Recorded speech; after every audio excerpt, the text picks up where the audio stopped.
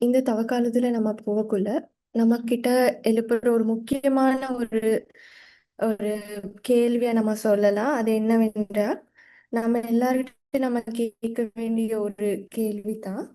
ஆஹ் நாம் கடவுளிடமிருந்து எவ்வளவு தூரம் சென்றிருக்கிறோம் என்ற கேள்வி நம் இல்லை எல்லாருக்குள்ளும் நாம் எழுப்ப வேண்டிய ஒரு கேள்வியாக உள்ளது. என்னவென்றால், இப்போ நாங்கள் எங்களோட வாழ்க்கையில் நம்ம வாழ்க்கையை எடுத்துக்கிட்டோம்னா, நாங்கள் தினமும் நாங்கள் ப்ரே பண்ணி அந்த விஷயங்கள் நாங்கள் செய்தாலும் சில சில நேரங்களில் எங்களோட வாழ்க்கையில் ஒரு வெறுமையாக இருக்கலாம். இல்லாட்டிப்பனா ஒரு சோர்வாக இருக்கா, இல்லாட்டிப்பனா நம்மளுக்கு ஒரு அமைதியின்மை ஒரு ஒரு உணர்வை நம்ம உணரலாம். அந்த மாதிரி நேரத்தில் நம்மக்கிட்ட கேட்குற ஒரு கேள்வி தான், நம்மக்கிட்ட கேட்டுக்கோம், கடவுள் நம்ம மறந்துட்டாரா. அப்ப இதுல முதலாவது நம்ம பகுதி எடுத்துக்கிட்டா, முதலாவது நான் இதுக்கு காரணமா எடுக்கிற நாங்க கடவுளிட்டிருந்து தூர சென்றனால தான் அந்த வெறுமைய இல்லாட்டிப்ப அந்த சோர்வு இல்லாட்டிப்ப அந்த அமைதி இல்லாத அந்த தன்மையை நமக்குள்ள நம்ம உணர்றோம். அப்ப நாங்க இதை இந்த shall I start? Praise the Lord. சரி. ஸோ இந்த காலத்தை நம்ம எடுத்துக்கிட்டோன்னா, இந்த காலத்துல எடுத்துட்டோம்னா, நம்ம எல்லாரும் நம்ம கிட்ட கேட்க வேண்டிய ஒரு முக்கியமான ஒரு கேள்வி தான். கேள்வியை விட நம்ம பார்க்கணும், நம்ம எவ்வளவு கடவுள்கிட்ட இருந்து தூரம் சென்றிருக்கோம்னு சொல்லி. இன்னைக்கு நான் தூரம் நம்ம கடவுள்கிட்ட இருந்து போயிருக்கோம்னு சொல்லி நான் இன்னைக்கு மீன் பண்றது சில நேரங்களில் சில சமயங்களில் நம்முடைய வாழ்க்கையில ஒரு வெறுமை இல்லாட்டிப்பனா ஒரு அமைதியின்மை இல்லாட்டிப்பனா ஒரு சோர்வு நாங்க முன் ஒரு அதை நாங்க உணருவோம்.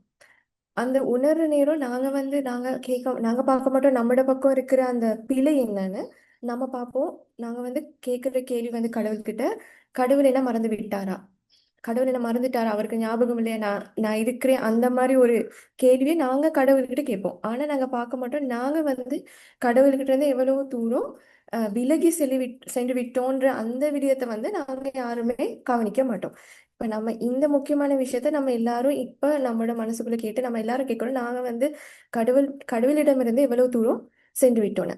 நம்ம மறந்தாலும் கடவுள் ஒரு வார்த்தை இன்னைக்கு உள்ள வாசகத்துல சொல்றாரு. என்னன்னு சொன்னா, பால் குடிக்கும் தன் மகவை தாய் மறப்பாளோ, கருத்தாங்கியானவள் இவர்களிடம் நான் உன்னை மறக்க மாட்டேன் சொல்ற அந்த வார்த்தை இங்க உள்ள அனைவருக்கும் அவர் கொடுக்கிறாரு.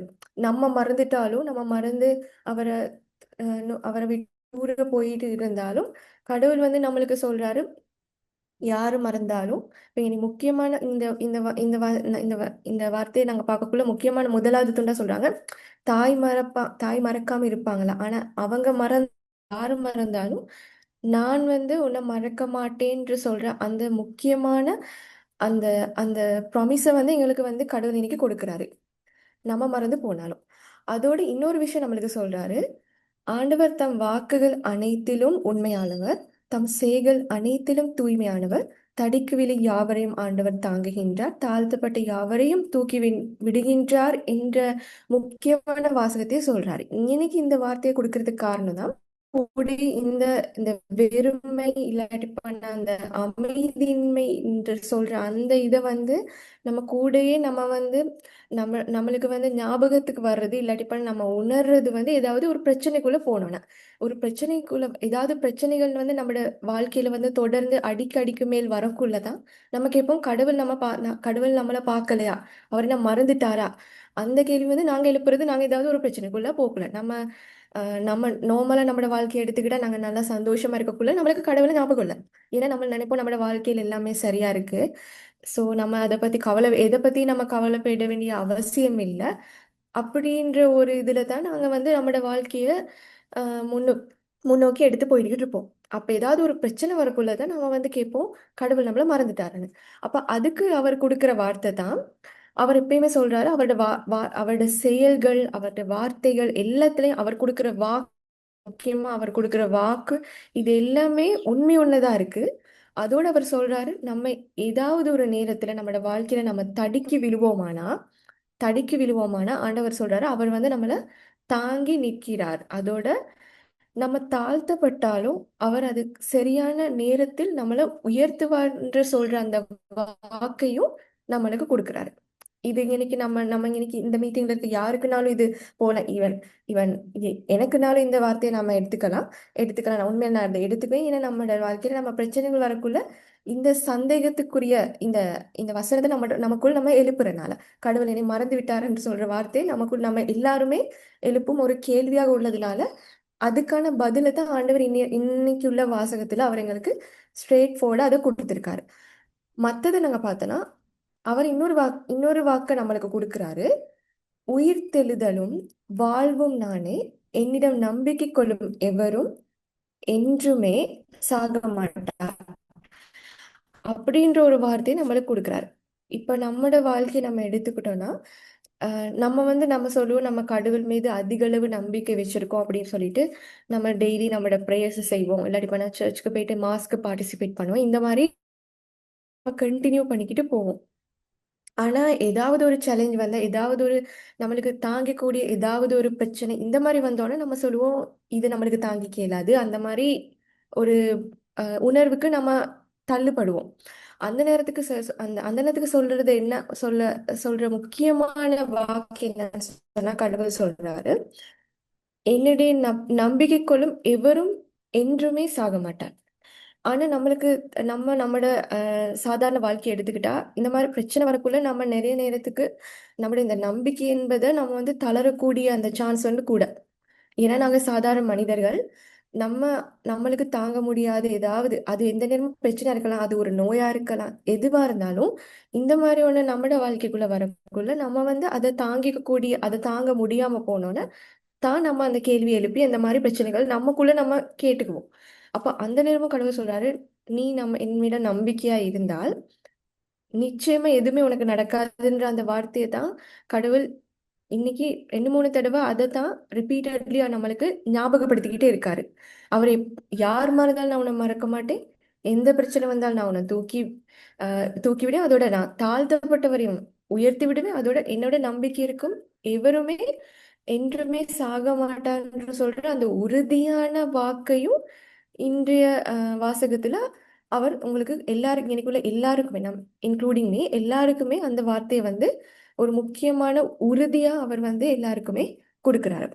அதோட நம்ம இன்றைய வாசகத்துல நம்ம கவனிக்க வேண்டிய ஒரு முக்கியமான விடயம் என்னன்னு சொன்னா, இது எல்லாத்தையும் விடையும் கடவுள் வந்து எப்படிப்பட்டவர், அவருக்கான குவாலிட்டிஸ்னா அவர் எப்படிப்பட்டவர், என்னென்ன குணங்கள் உடையவர்ன்றதையும் இன்னைய வாசகங்களை நம்ம நல்லா பார்த்தோன்னா அதை வாசிச்சு பார்த்தோன்னா நம்மளுக்கு வந்து அதையும் இன்னைக்கு எடுத்து காட்டப்படுகின்றது.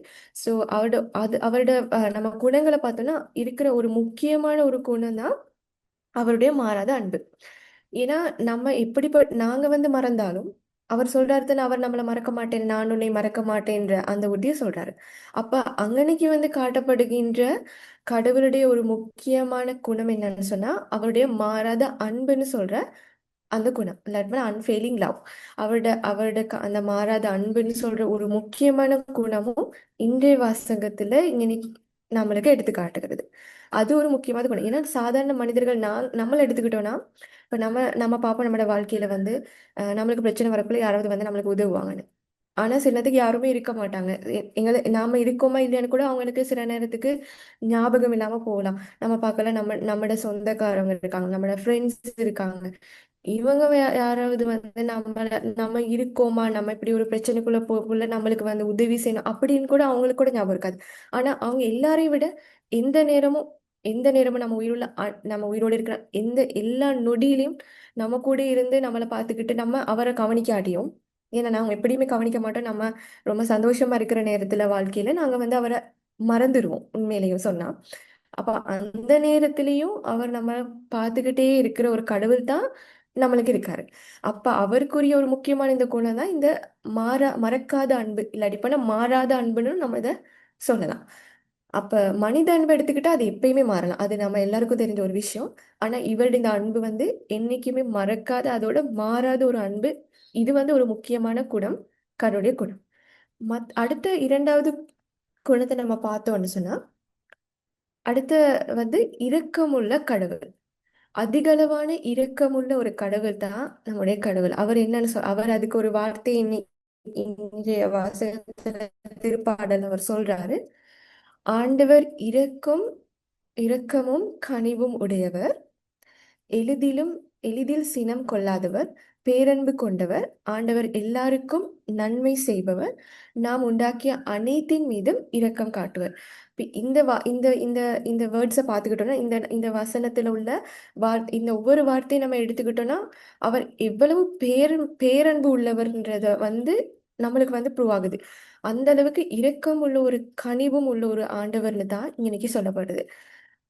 அப்படிப்பட்ட ஒரு ஆண்டவருக்கு தான் நம்மளுக்கு இருக்காரு. இவர் நம்ம இந்த உலகத்தில் உள்ள யார்கிட்ட போனாலும் நம்மளுக்கு அந்த இரக்கம் சில நேரத்துக்கு கிடைக்காம இருக்கலாம். ஆனா இந்த ஆண்டவர் எடுத்துக்கிட்டா அவர் அதிக அளவான இரக்கமும் கனிவும் உள்ள ஒரு ஆண்டவரா இருக்காரு. அப்ப நம்ம எவ்வளவு குற்றம் செஞ்சாலும் அவர் நம்ம நம்ம மீது இரக்கமாக அதை பார்த்து அதை அதுக்கான சரியான அந்த தீர்ப்பை வழங்கக்கூடிய ஒரு ஆண்டவரா அவர் இருக்காரு. ஏன்னா இந்த உலகத்தில் உள்ள எல்லாவற்றையும் உண்டாக்கியவர் அவர். ஸோ அவர் உண்டாக்கிய அனைத்தின் மீதும் அவர் இரக்கம் காட்டுகிறவரா இருக்காரு. மனிதர்கள் மட்டும் இல்லை, நம்ம மாதிரி மனிதர்கள் மட்டும் இல்ல.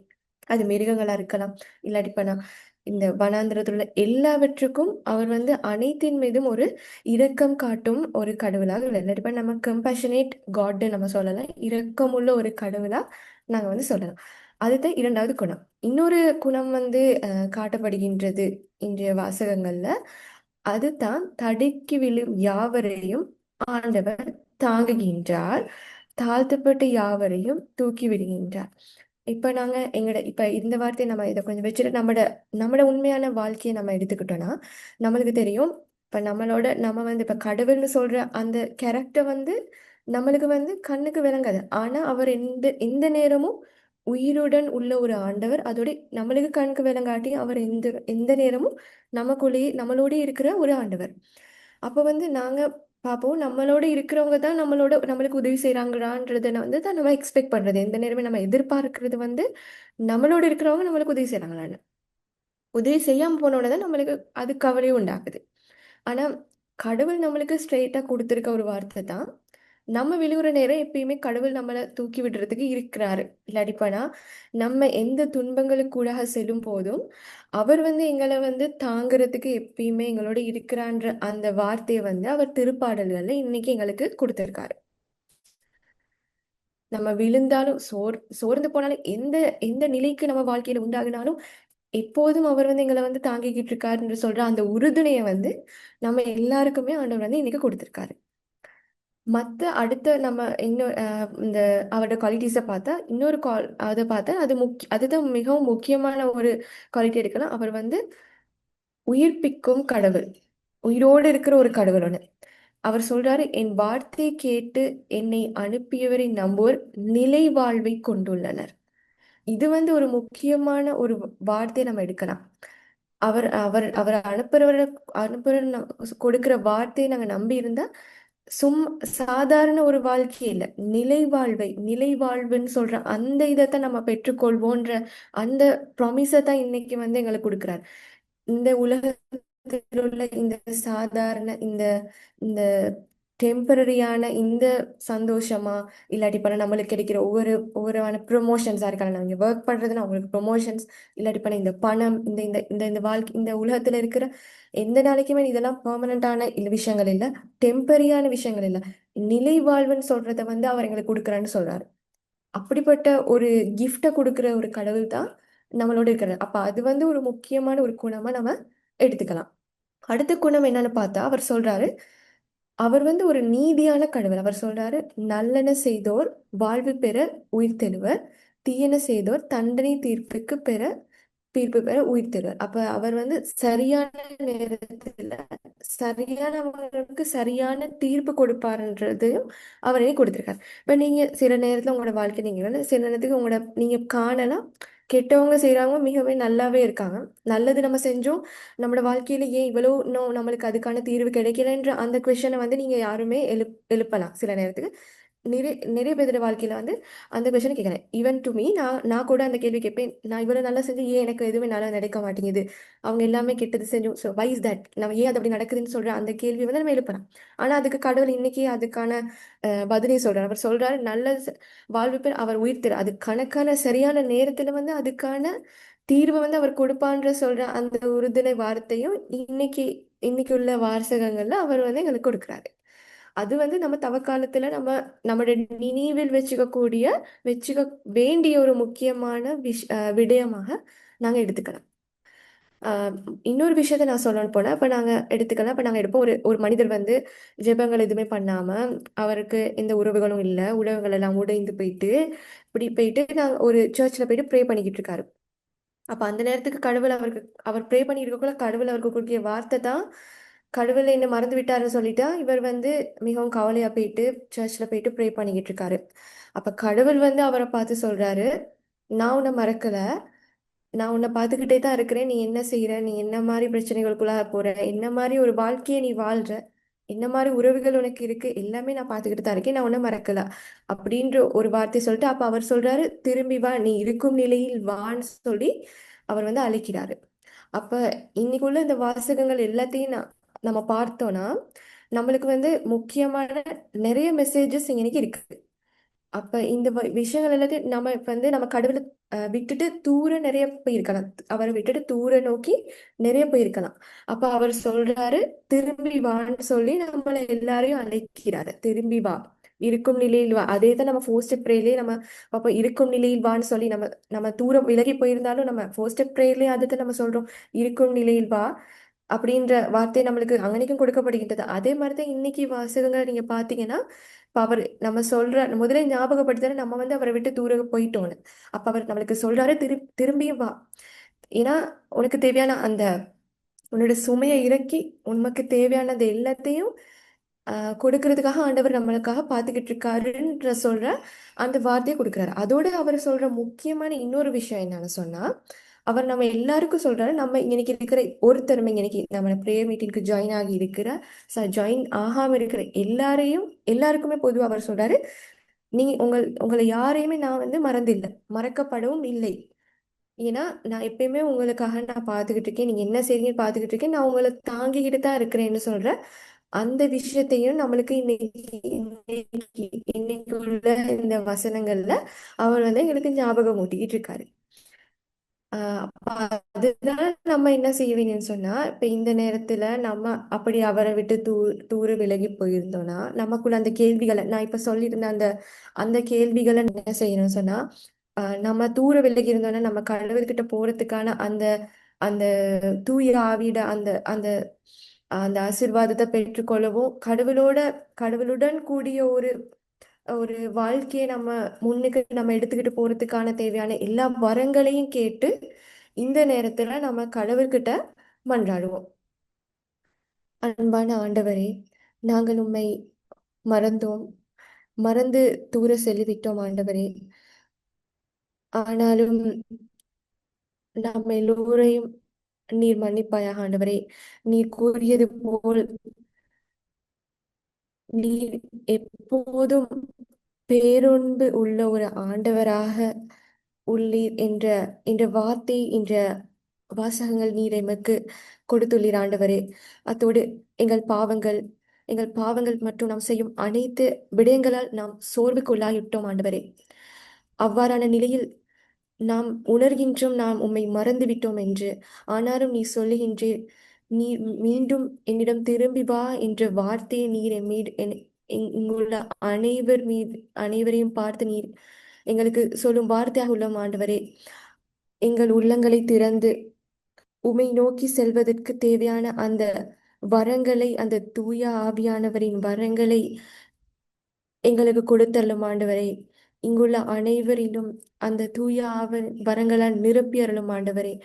எம் மீது அந்த நம்பிக்கை, அன்பு, அமைதியால் எம்மை நிரப்பி எம்மையும் அந்த நிலைவாழ்வு என்ற அந்த வாழ்க்கைக்கு செல்வதற்கு தேவையான அனைத்து வழிகாட்டல்களையும் ஆண்டவரே நீர் எம்மோது இருந்து கொண்டு எம்மை வழிகாட்டியால் ஆண்டவரே. அத்தோடு நாம் பிரச்சனைகளுக்குள்ளாக செல்லும் போது உம்முடைய குரலுக்கு கேட்ப செவி கொடுக்க நம்முடைய இதயங்களை திறந்தருளும் ஆண்டவரே. பிரச்சனைகளுக்குள்ளாக இருந்து நாம் வேறு வேறு தீர்வுகளை நாம் தேடிக்கொள்ளும் செல்லும் போது அவ்வாறான நிலைகளில் உம்முடைய வார்த்தையை கேட்பதற்கு, உம்முடைய குரலுக்கு செவி கொடுப்பதற்கு எங்களுடைய அனைவரின் மனங்களையும் இதயங்களையும் திறந்து அருளும் ஆண்டவரே. அத்தோடு இந்த தவக்காலத்தில் நாம் எவ்விதமான பிரச்சனைகளுக்குள்ளாக சென்றாலும், எவ்விதமான சேலஞ்சஸ், எவ்விதமான நோய்கள், எவ்விதமான எந்த எந்த வாழ்க்கை கட்டத்தினூடாக சென்றாலும் எப்போதும் நீர் எம்மோடு இருக்கின்றீர் என்ற என்ற உறுதுணையை கொண்டு நாம் அனைவரும் வாழ்வதற்கு எங்களுக்கு அனைவருக்கும் தேவையான அந்த வரங்களை, அந்த தூய ஆவியாரின் பலன்களால் எங்கள் அனைவரையும் நிரப்பியருளும் ஆண்டவரே. ஆமென்.